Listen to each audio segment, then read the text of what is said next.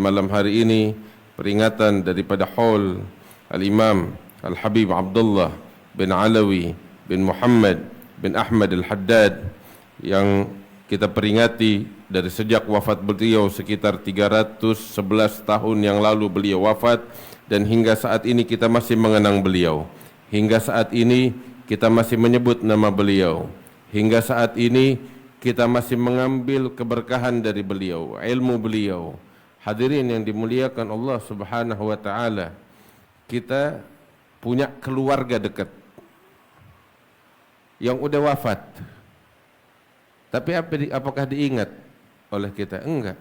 Berlalu 1 minggu, 2 minggu, habis begitu saja. Bahkan terkadang orang tua kita sendiri yang wafat, berlalu sekian minggu, sekian bulan, kita udah dengan aktivitas kita sendiri dan sudah melupakannya. Berapa banyak tokoh-tokoh politik, orang kaya raya, yang ketika dia hidup followersnya banyak, pengikutnya banyak, tetapi begitu mati berlalu habis begitu saja. Tapi lihat sosok Abdullah bin Alawi Al-Haddad, 311 tahun. Beliau wafat di kota Tarim di Hadramaut. Kita di Al-Fakhriyah di Indonesia ribuan kilometer. Saya mau tanya, di sini ada nggak di antara kita yang satu zaman sama Habib Abdullah Haddad? Kagak. Di sini ada nggak yang pernah ketemu sama Habib Abdullah Haddad? Enggak. Tapi kok bisa? Kita nggak kenal, kita nggak ketemu, kita nggak lihat.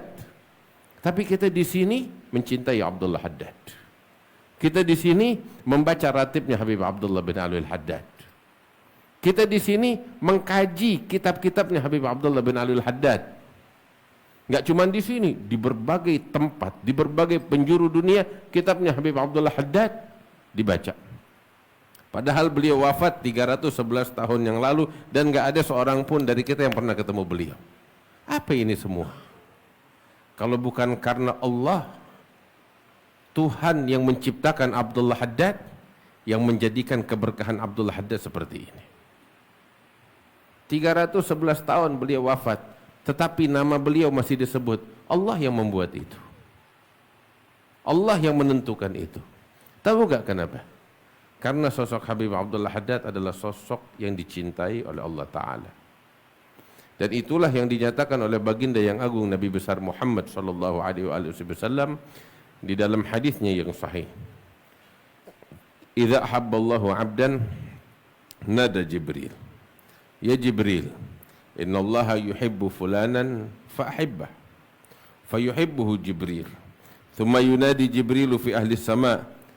Ya ahli sama, innallaha yuhibbu fulana ibn fulanin fa'ahibbuh.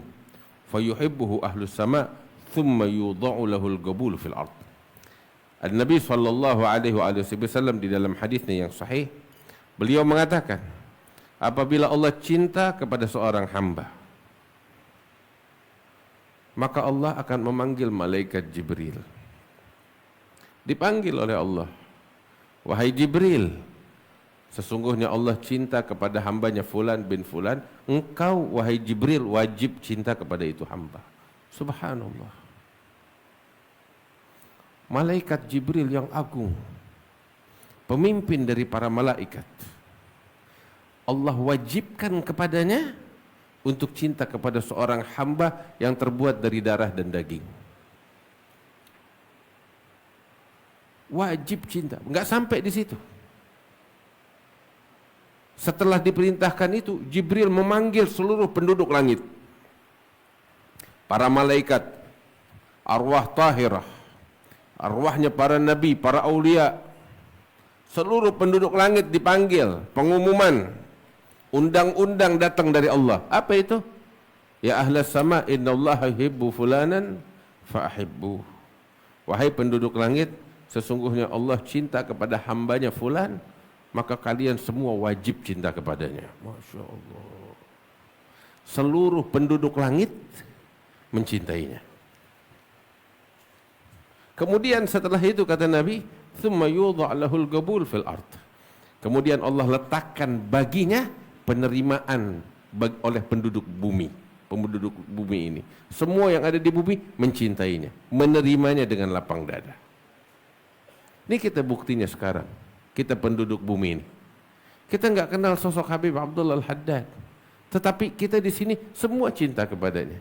Semua membacakan Fatihah untuk Habib Abdullah Haddad. Ada yang dibayar di sini baca Fatihah bakal Habib Abdullah Haddad? Nggak ada yang dibayar. Tapi ini tergerak dari dalam hati kita yang paling dalam. Siapa yang menggerakkan itu? Yang menggerakkan hati kita untuk cinta kepada Abdullah Haddad, untuk bertawassul kepadanya, untuk percaya kepadanya, kalau bukan Allah yang mencintai Habib Abdullah bin Abdul Haddad. Sosok yang istimewa. Yang jadi pertanyaan besar, kok bisa ya Habib Abdul Haddad dicintai oleh Allah semacam itu? Sebenarnya sederhana.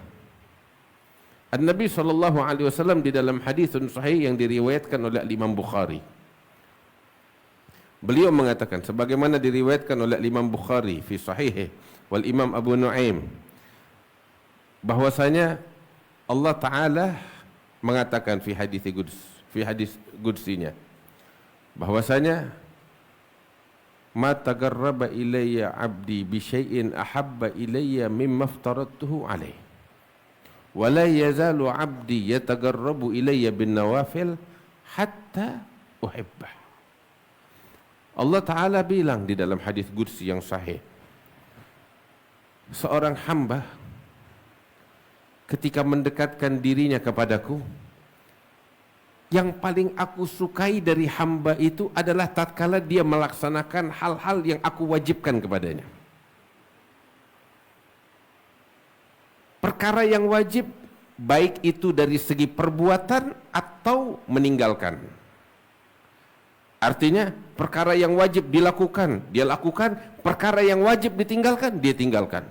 Allah suka dari hambanya ketika mendekatkan diri dengan perkara wajib. Terus Allah Ta'ala bilang, wala yazalu 'abdi yatagarrabu ilayya bin nawafil hatta uhibbah. Dan hambaku terus menerus melakukan perkara yang dianjurkan, yang sunnah, baik dari segi al-fa'il wa tark, melakukan perkara yang dianjurkan atau meninggalkan perkara yang dianjurkan untuk ditinggalkan, perkara yang makruh.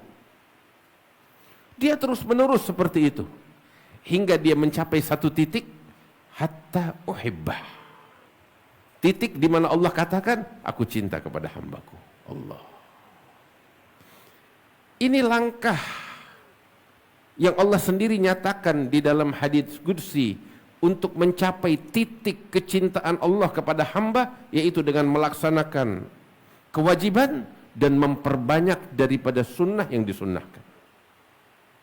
Maka itu Al-Habib Abdullah Haddad sendiri, beliau katakan, ma min sunnatin sannaha Rasulullah sallallahu alaihi wasallam illa wa arju anni qad amiltu biha. Enggak ada satu sunnah yang disunnahkan oleh Nabi Muhammad melainkan saya berharap bahwa saya telah menjalankannya dan mengamalkannya. Dan itu enggak gampang, saudara.